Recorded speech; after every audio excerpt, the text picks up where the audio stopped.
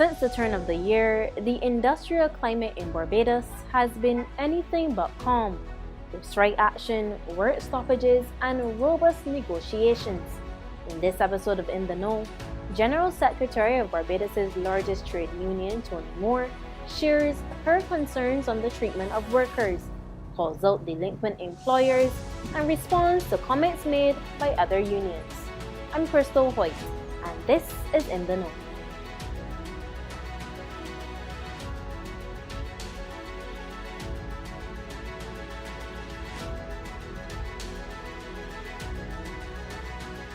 Ms. Moore, thank you for sitting down with me, fresh on the heels of May Day celebrations. Thanks for having me.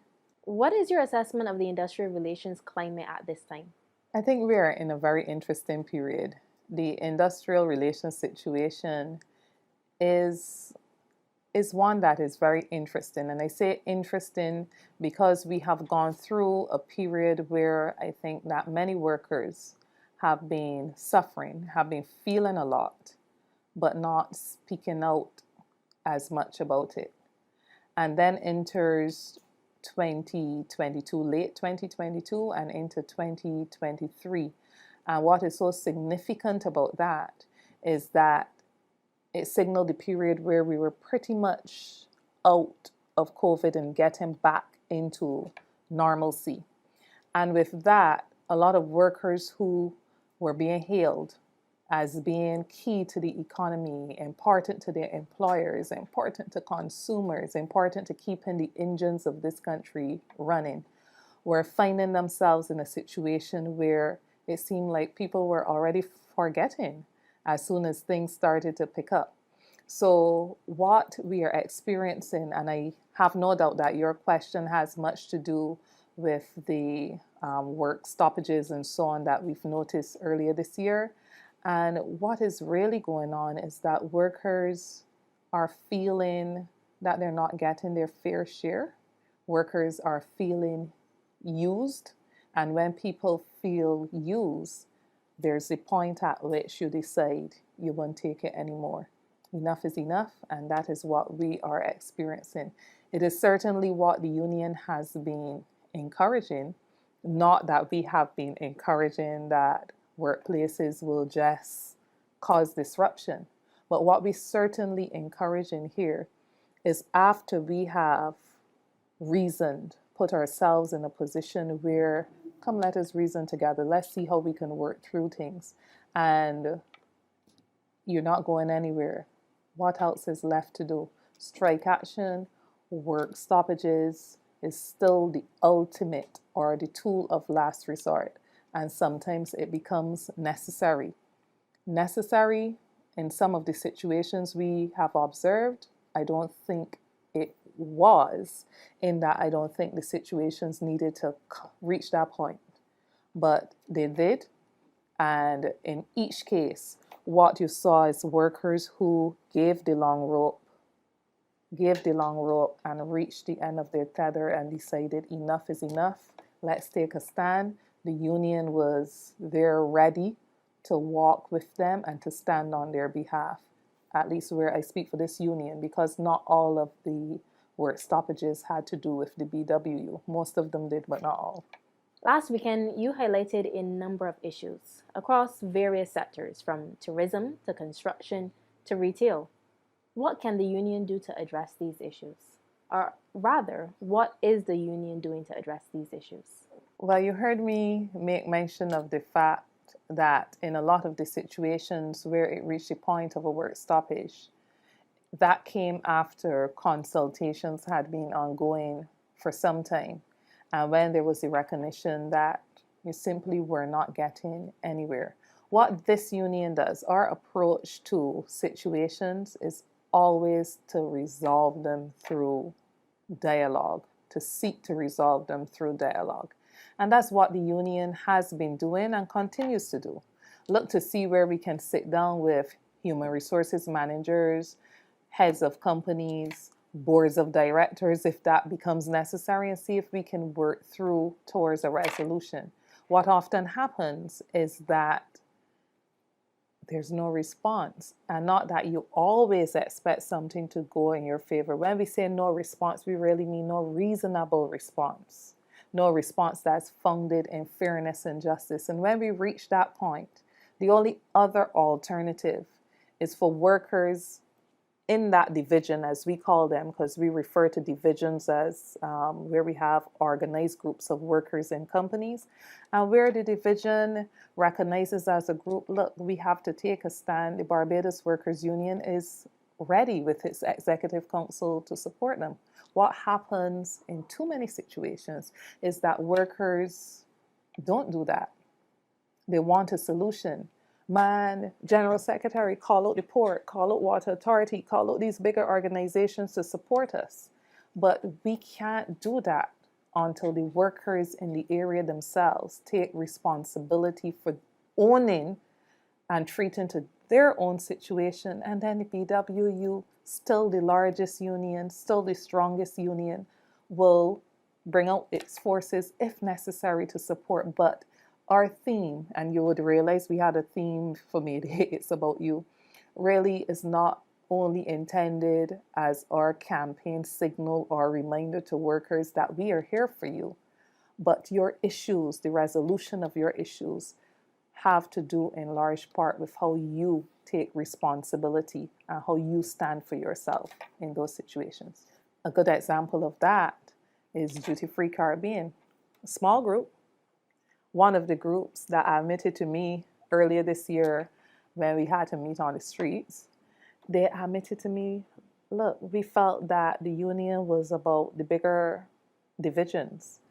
But this situation simply got to the point of frustrating because just 6 months prior, if we recap, their company had committed to a particular agreement and then reneged on that agreement. And then in a meeting, denying or attempting to deny that there was agreement, or maybe there was misinterpretation around the agreement. And the workers knew differently and they took a stand, and we didn't need to call in anybody else. Kudos to the company. Sometimes a shake-up becomes necessary because once they realized that the workers themselves were willing to stand for what they knew was right, the company responded in short order. And sometimes companies have to be reminded, if people think, even on an individual to individual basis, if some person thinks they could try a thing with you and keep getting off with it, what do you think they can do? They can keep trying a thing.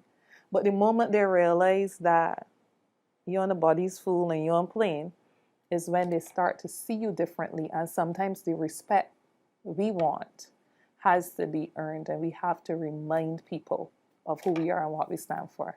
What are some of the primary issues that workers complain about?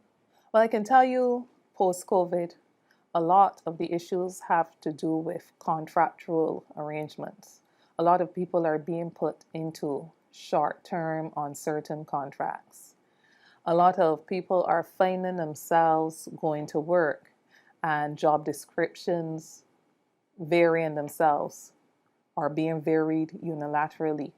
So it's almost like, these times hard and everybody wants a job. And if you want to keep your job, you have to do X or Y or Z, which is not what your job description dictates, but what people are trying to force on you by way of saying that the workplace has to be more multi-skilled or more ready, more nimble. And all this is true, but there's a way to do things, and it is not in any way where you force things onto people, but through dialogue and so on. This union is one that believes in promoting productivity. We believe in having the strongest workforce, the strongest capital that is trained and so on. But social capital is what I'm referring to, that is trained up and so on. But what we also demand is that workers have a say in that change that you're demanding.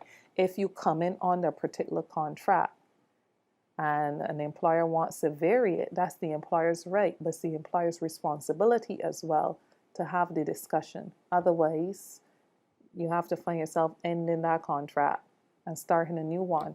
But employers nowadays, what workers are complaining about is having functions forced on them that are not typically what they should be doing. So people are really stretching that any other reasonable duty is being stretched to slipping things on people. So we have those contractual issues.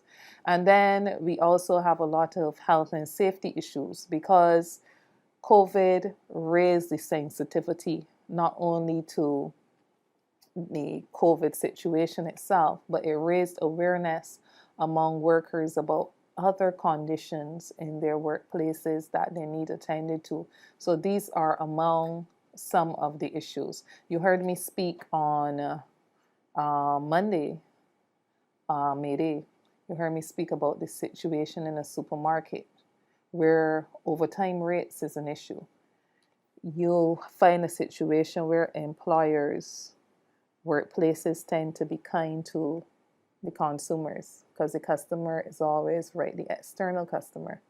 But then the internal customer, that person sitting at a cash desk, for your convenience, should that person be separated from their children who they want to look over homework with, who they have to go and prepare for school for the next day, who they have to prepare lunch, push ahead with these conditions in their home? Should they be denied that one for the consumer's benefit and then not be compensated for it in 2023? Should this still be going on? And then you find companies relying on very old terms of a collective agreement that they have failed to renegotiate. They're doing everything else for their convenience unilaterally, but then trying to hold on technical things to deny people their real due. And if in a society as small as Barbados, only 166 square miles, Krystal, we know each other. We go to school with each other. We line with each other. We go to church with each other. And if in a situation where we are such a small unit as a country, and you have people treating to each other in this way, then you understand why it is so significant that Barbados signs on to a mission, makes it now a mission for enfranchising everybody. Because if you are truly about enfranchising people, empowering people, it has to start with the basics that we learned in Sunday school. Do unto others as you will have them do unto you.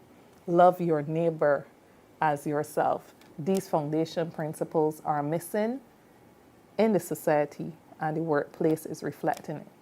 What needs to be put in place to prevent cases where NIS or even union dues are deducted but not paid to the intended agencies? They want locking up.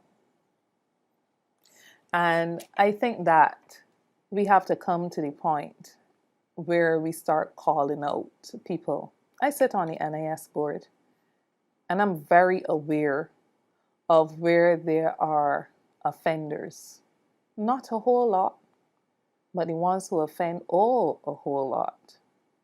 And it is not only a situation where it creates some sort of imbalance for the worker or for the insured person who goes to take advantage of a benefit and would have to get that benefit delayed. And I say would have to get that benefit delayed because if NIS investigates and so on and recognizes it's not the worker's fault, the NIS, and I commend the officers over at the National Insurance, they try to work around and to facilitate in the fastest possible way that insured person. They should not have to do that.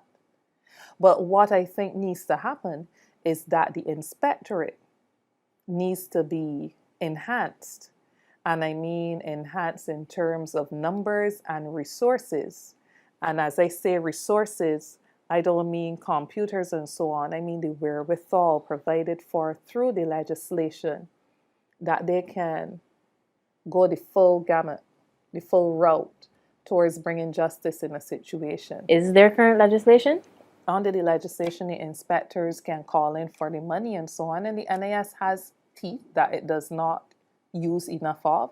And there's also the need for less interference. And I can be honest about it.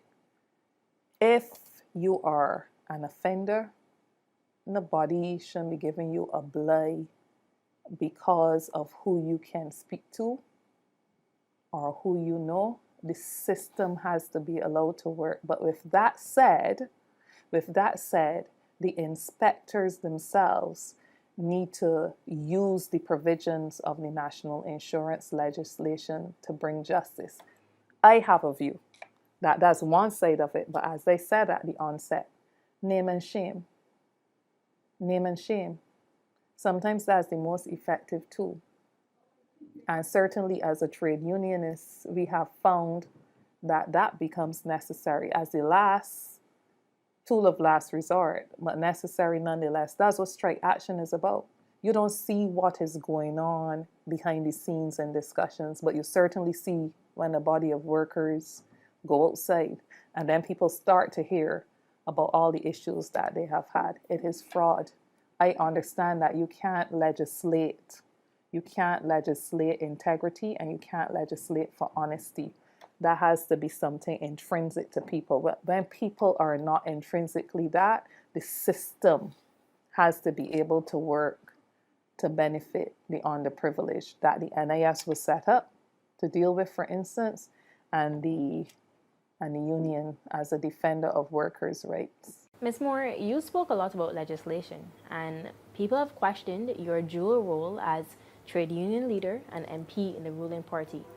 What has being on the inside of government allowed you to do more effectively? I think it speaks for itself. And to the challengers, you would hear me on very few occasions speaking to it, because I think that there is a certain degree of hypocrisy that exists within our society. And I only start there because I would have represented the first trade union leader that was not in the lower house of Parliament until 2020, until November 2020.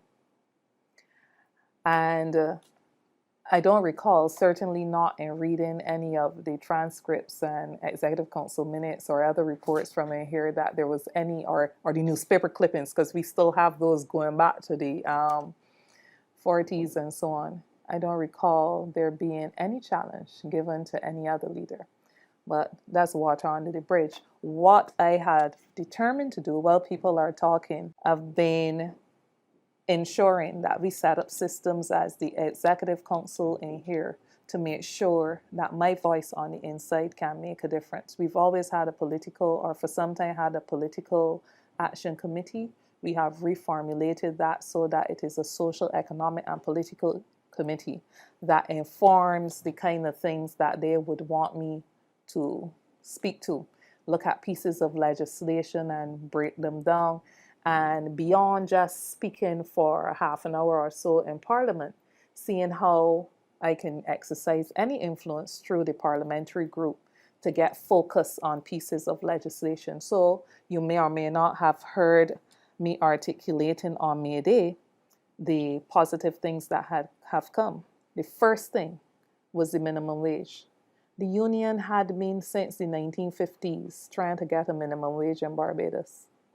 Yes, in fairness, the government of Barbados, that is now the government, in its manifesto ahead of 2018 elections, has signaled that as well. And they signaled that after rubbing shoulders with the union as well as one of the constituent bases that it would speak to find out what was one of the things that was important to us. But it didn't just happen because it was a manifesto promise. Opportunity presented itself because then I was on the inside and we had the issues that G4S were having toward the end of 2020. And the opportunity presented itself for this union through my voice to be able to say, PM, this might be the time. I know it's COVID and everything, but this might be as good a time as ever to do it. So that was one of the first things that happened. Then we saw amendments to the safety and health at work legislation. Safety and health at work legislation had been enacted since 2005, but yet in terms of interpretation and application, sometimes you find ambiguities that the regulations were there and were able to address. The Trade Union Recognition Act is before the Chief Parliamentary Council. Protection of Wages Act, and that was an issue that came up a lot through the COVID times as well, because as a knee-jerk reaction, a lot of employers started, I don't know if you remember, decreasing workers' wages by 20% and so on unilaterally, all because, oh, we're in a COVID situation now and we are in a force majeure and we have to do something. And that was happening in some workplaces without social dialogue. We had to be pushing back against that. Toilet facilities and changing room facilities for agricultural workers. There are a number of changes that the record will speak for itself. And a government does good work, and this government does good work, and I will not take it from them. There will be demands that constituent groups will place on a government, and the BWU certainly has been placing those demands, and because there is the political will and the commitment of this government to work for workers, they have been saying yes to many of these demands. As I said, on Monday, everything has not been going smoothly. There's a lot more that we desire. And then, therefore, it means that for me, there's a lot more work that I have to do. And that might not always be behind closed doors, as we've seen the Transport Board. And I'm certain that there are others of my colleagues that have signaled we don't want to see more publicly. But once we can commit to a regime where we can be heard and there is a response, I think that augurs well for the two children of the Right Excellent Sir Grantley Adams. Ms. Moore, much of our discussion did center around the May Day celebration. Siju Saab was notably absent. Do you have a comment on that?